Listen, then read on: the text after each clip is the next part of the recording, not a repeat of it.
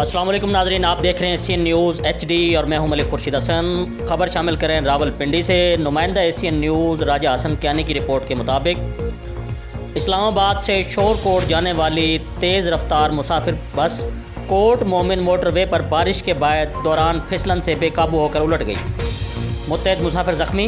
Rescue 1122 ने बर वक्त रिस्पॉन्स करते हुए इब्तदाई मरहम पट्टी करने के बाद हस्पताल मुंतकिल कर दिया।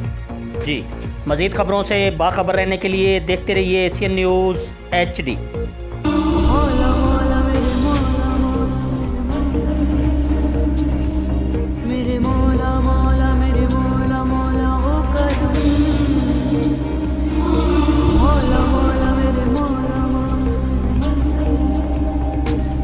मेरे मौला करम हो करम,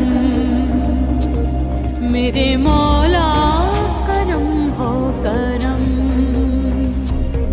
मेरे मौला